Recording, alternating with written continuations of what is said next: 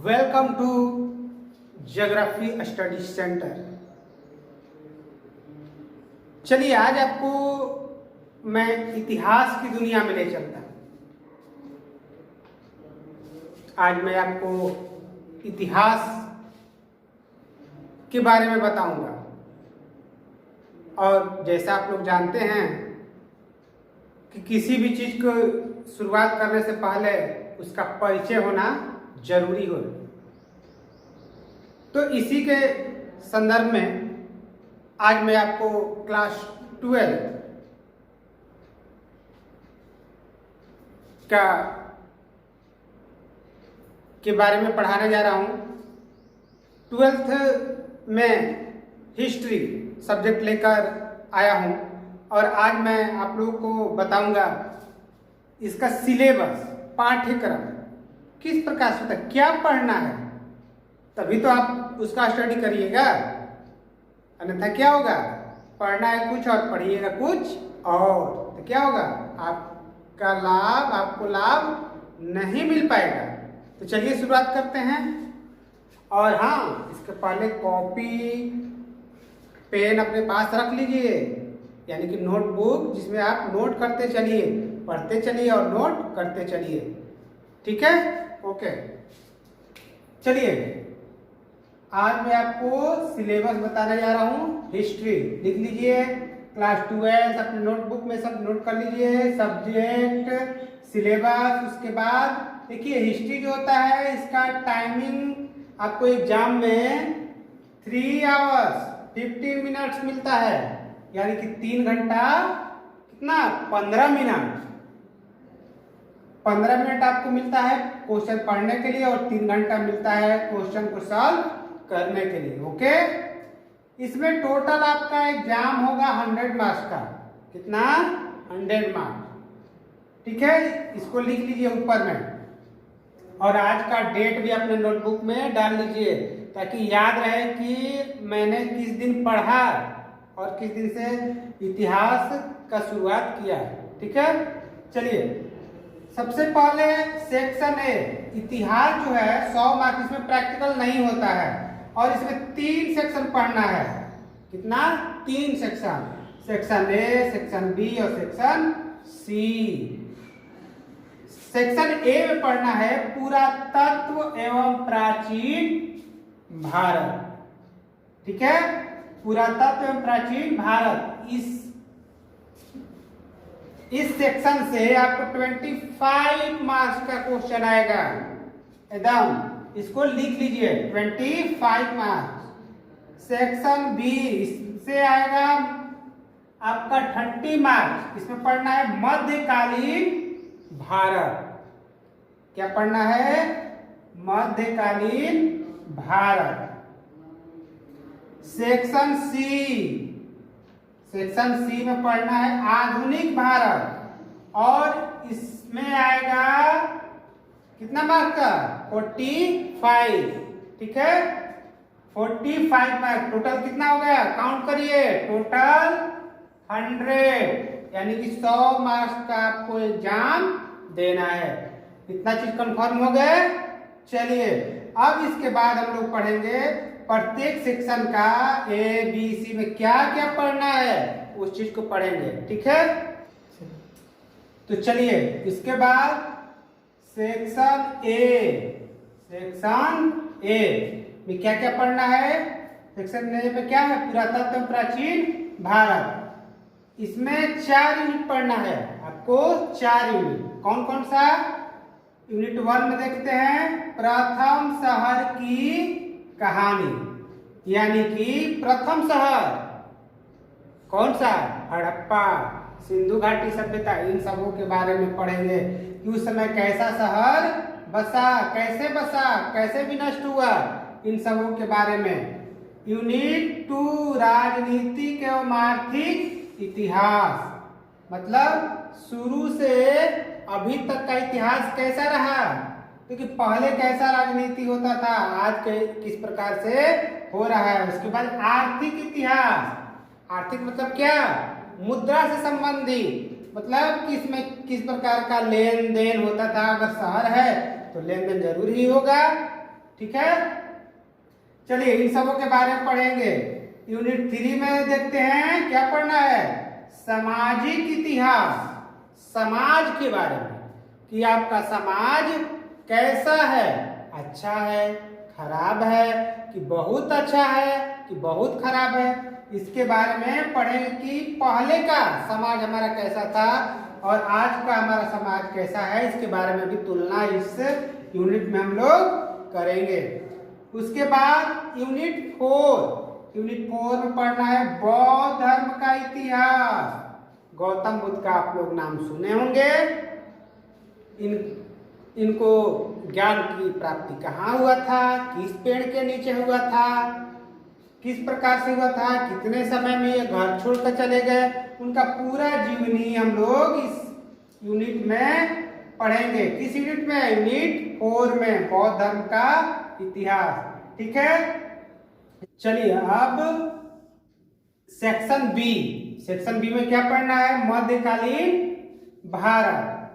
ठीक है, इसमें 5 यूनिट पढ़ना है। सेक्शन ए में कितना पढ़ना था, 4 यूनिट, और इसमें 5 यूनिट पढ़ना है। इसमें क्या क्या पढ़ना है देखिए, ध्यान दीजिए और इसको नोट करते जाइए।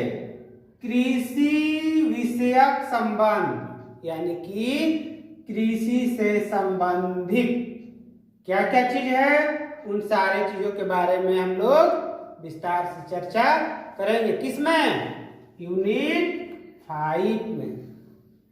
यूनिट 6 में मुगल दरबार। मुगल कहने से क्या कुछ याद आया, मुगल सराय। ठीक है, तो मुगल सराय क्या याद आता होगा, मुगल सराय का अब नया नाम क्या है, अब आप ही बताइए। अगर आपको पता है तो कृपया आप कमेंट बॉक्स में लिख कर बताइए कि मुगल सराय का अब नया नाम क्या रखाया है। ठीक है, तो बताइएगा जरूर, तभी हम जानेंगे कि आप इतिहास के बारे में रुचि रख रहे हैं और पढ़ने में आपको मन भी लग रहा है। तो मुगल दरबार के बारे में यूनिट 6 में पढ़ना है। चलिए यूनिट 7 देखें, नूतन स्थापत्य कला। नूतन यानी कि नया स्थापत्य कला का विकास। स्थापत्य मीन्स क्या होता है, स्थापना करना, कला मीन्स आपके हाथों में कितनी कला है, जैसे कोई नूतन स्थापत्य कला, मतलब नूतन मीन्स क्या, नया, स्थापत्य कला मीन्स क्या, स्थापना करना, यानी कि कला का स्थापना करना, यानी कि नए नए चीजों का क्या करना, स्थापना करना। जैसे कोई मूर्तिकार है तो मूर्ति बना रहे हैं, तो क्या है, एक उनके अंदर कला है और कला के माध्यम से वो क्या करते हैं, मूर्ति का निर्माण कर रहे हैं। उसी प्रकार से आप लोग देखे होंगे कि कोई बच्चा है जो छोटा बच्चा है और विद्यालय में जो पढ़ते हैं तो क्या करते हैं, घर से विभिन्न प्रकार का डिजाइन, मॉडल या फिर फिगर, चित्र बनाकर वो क्या करते हैं, विद्यालय ले जाते हैं। तो उससे क्या होता है, स्थापत्य कला। इसका और अच्छा उदाहरण देख सकते हैं, कहाँ पर, सासाराम का किला है, राजगढ़ का किला है और भी बहुत सारा जो किला है उस वहां पर देख सकते हैं, मूर्ति का भी निर्माण देख सकते हैं। तो इन सबों के बारे में हम लोग पढ़ेंगे किसमें, यूनिट 7 में। यूनिट 8 की बात करें तो इसमें पढ़ना है धार्मिक इतिहास। धार्मिक इतिहास मीन्स क्या,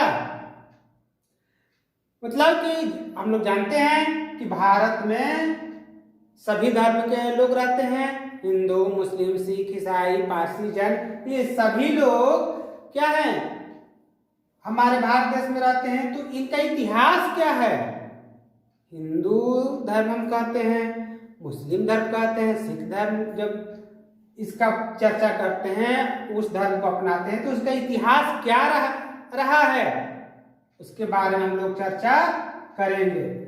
यूनिट 9 में क्या पढ़ेंगे, मध्यकालीन समाज, यानी कि पहले के बाद, यानी कि पहले के बाद किस प्रकार का समाज मध्यकालीन समाज था और आज हमारा समाज कैसा है, इसकी तुलना हम लोग इसमें करेंगे कि मध्यकालीन समाज में किस प्रकार के लोग रहते थे, खाते थे, पीते थे, किस प्रकार का पहनावा ओढ़ावा किस प्रकार का उनका वेशभूषा था। अब इसके बाद सेक्शन सी के बारे में पढ़ेंगे। अब इसको आप लोग नोट कर लीजिए, ठीक है। और मैं सूचना दे दूं कि अगर आप नए स्टूडेंट हैं, हमारे चैनल को अभी तक सब्सक्राइब नहीं किया है तो प्लीज कर दीजिए, ताकि हमें लगे कि हाँ इतने स्टूडेंट हमारे स्टडी कर रहे हैं, पढ़ रहे हैं, ताकि हमें भी अच्छा लगे। और दूसरे स्टूडेंट को भी बता दीजिए, लाइक कर दीजिए, सब्सक्राइब कर दीजिए। और हो सके अगर किसी प्रकार का दिक्कत हो, आपको कोई सूचना देनी हो, हमें कमेंट बॉक्स में जरूर लिखिए, ताकि उसको मैं जान सकूं, ठीक है। चलिए अब सेक्शन सी। सेक्शन सी में क्या पढ़ना है? आधुनिक भारत में क्या पढ़ना है? इसमें पहले देख लीजिए 1 2 3 4 5 6 यानी कि 6 यूनिट्स पढ़ना है, ठीक है। 10 से लेकर 15 तक, ठीक है। चलिए इसमें पढ़ना है औपनिवेशीकरण एवं ग्रामीण सभ्यता। क्या पढ़ना है? औपनिवेशीकरण एवं ग्रामीण सभ्यता। उपनिवेश क्या होता है, ग्रामीण सभ्यता क्या होता है, उसके बारे में चर्चा हम लोग करेंगे। किसमें? यूनिट 10। यूनिट 11 की बात करें, इसमें पढ़ना है 1857 के आंदोलन का प्रतिनिधित्व, जिसे और किस नाम से जाना जाता है? सिपाही विद्रोह। 1857 के आंदोलन का प्रतिनिधित्व। यूनिट 12 यानी कि यूनिट 12 देखें, उपनिवेशवाद एवं भारतीय शहर, ठीक है। उपनिवेशवाद क्या होता है और हमारा भारतीय शहर कौन कौन सा है, कौन कौन सा महानगर है, कौन कौन सा नगर है, इन सबों का चर्चा हम लोग इसमें पढ़ेंगे। किसमें? यूनिट 12 में। ओके, समझ में आ गया? चलिए अब यूनिट 13 की बात करें। यूनिट 13 क्या पढ़ना है? महात्मा गांधी का के बारे में आप लोग नाम सुना होगा, सुने होंगे ना। तो इनका कब जन्म हुआ, क्या किए, कहाँ पढ़ाई किए, और हमारे भारत देश के लिए इन्होंने क्या किया, ठीक, इसके बारे में हम लोग चर्चा करेंगे। यूनिट 14 विभाजन। किसका विभाजन? आपके घर का, गली का, मोहल्ला का नहीं, अपने देश का विभाजन। आप लोग शायद जानते होंगे कि हमारा देश पहले बहुत बड़ा था, जो पड़ोसी देश है वो क्या थे? वो एक ही में थे, बाद में जाकर सब दूसरे दूसरे जो पड़ोसी देश है वो अलग अलग होते ही गए। इस तरह से जैसे मान लीजिए एक उदाहरण लेते हैं पाकिस्तान का। पाकिस्तान भी पहले हिंदुस्तान का ही हिस्सा था, ठीक है। तो इस तरह से हम लोग पढ़ेंगे कि विभाजन किस प्रकार से विभाजन हुआ, कब हुआ और क्यों हुआ, इसके बारे में हम लोग इसमें चर्चा करेंगे। और अंत में क्या पढ़ना है? अपने संविधान के बारे में, यानी कि भारतीय संविधान का निर्माण। भारतीय संविधान के निर्माण में किन किन लोगों का अहम योगदान रहा, कब बना, क्यों बना और कैसे बना और कितने समय में बना, ठीक है। इन सारे बातों का चर्चा हम लोग इसमें करेंगे, ठीक है। इसको आप लोग नोट कर लीजिए। उसके बाद जब इसका क्लास शुरू होगा तो प्रत्येक सेक्शन के बारे में बताया जाएगा, फिर यूनिट के बारे में चर्चा कर और उसका क्या होगा, सिलेबस आपका शुरू किया जाएगा। और प्रत्येक एक एक चैप्टर पर मैं आपको प्रकाश डालूंगा, बताऊंगा कि किस प्रकार से क्या है। उसके बाद क्वेश्चन भी बताऊंगा और उसका जवाब भी आप लोग को देना है। मैं HW भी दूंगा, उसको भी आपको कर कर दिखाना होगा। पढ़ना है एकदम मन से पढ़िए, ये ना लगे कि मैं YouTube से पढ़ रहा हूँ, ये लगना चाहिए कि मैं क्लास में सर के साथ पढ़ रहा हूँ। ठीक है, तो आशा करता हूँ कि आप लोगों को समझ में आ गया होगा। ठीक है, सब्सक्राइब करना नहीं भूलिएगा, मैं बता देता हूँ। ठीक है, चलिए इसी के साथ आज का क्लास बस इतना ही। Good bye.